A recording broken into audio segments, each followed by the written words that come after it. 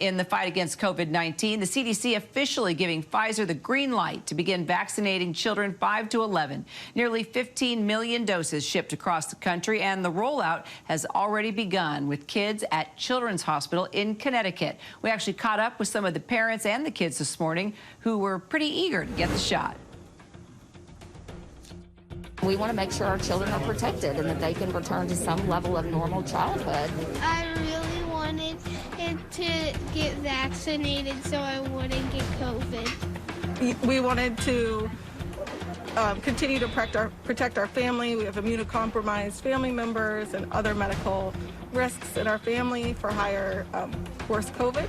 So it's exciting for us to be able to continue to protect not only them, but our family and community as a whole.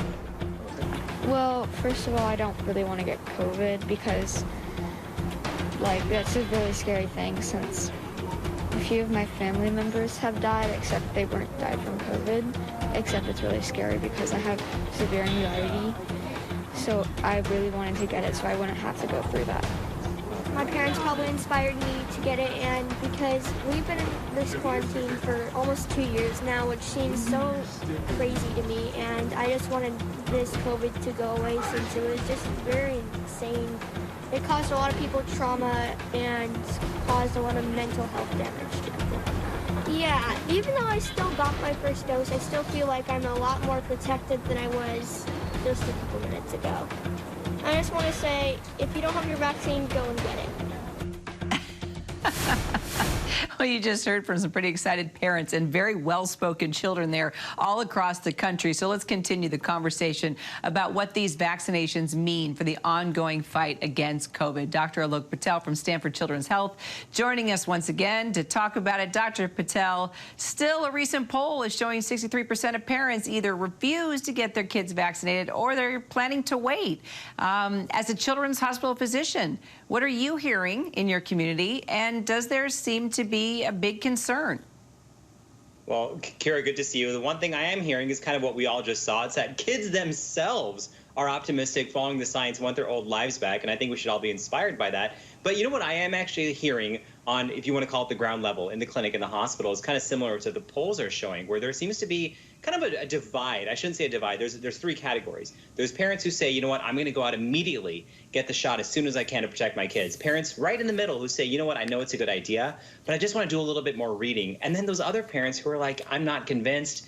Either I'm not, really buying into the vaccination thing in general, or I don't think kids need it. And I think it's important that we have that open dialogue. And if I may, Kira, I hope that all parents actually really understand how important that ACIP committee meeting was. I have the agenda right here.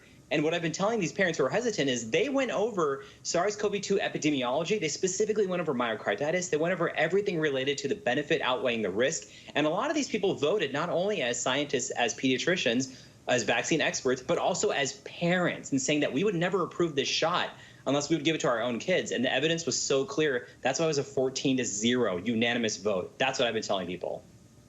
Well, do you believe it's crucial for parents to take their children to get vaccinated as soon as possible, even knowing what all the different, like you said, there's 3 different opinions, floating around your hospital and in the community. What's your advice, straight up? So straight up, I do think it's important for all parents out there to get their kids vaccinated. It's difficult for me to bluntly say, like, hey, it's crucial, you must go, because I feel like I'm not really addressing those parents who want some more information.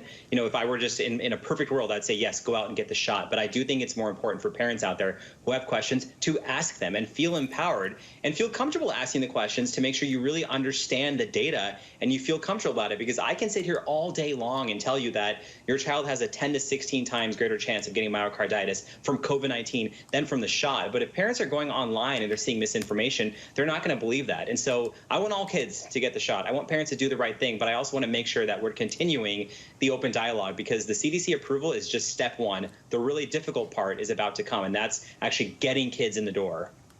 So then here comes my next question. Should we expect vaccinations for ages 2 and younger?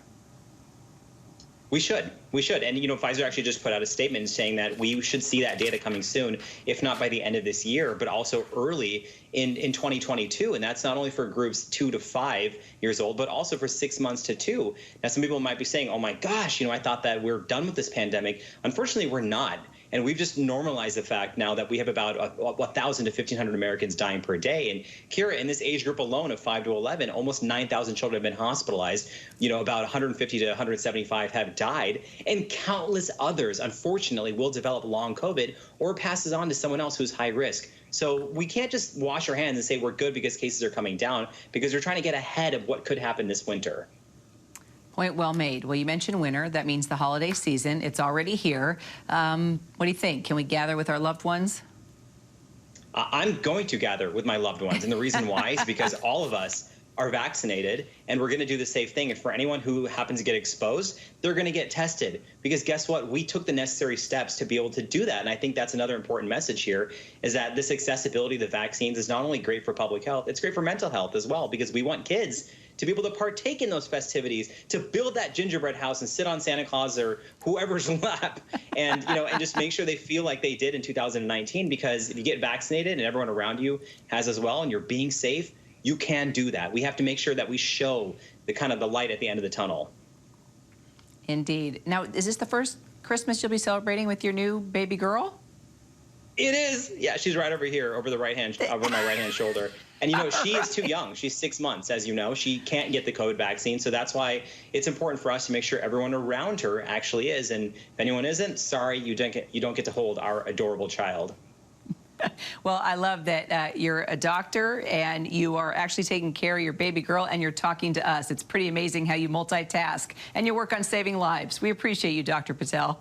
She says hi to you as well, Kira. Okay, thank you. Give her a kiss. Hi, everyone. George Stephanopoulos here. Thanks for checking out the ABC News YouTube channel. If you'd like to get more videos, show highlights, and watch live event coverage, click on the right over here to subscribe to our channel. And don't forget to download the ABC News app for breaking news alerts. Thanks for watching.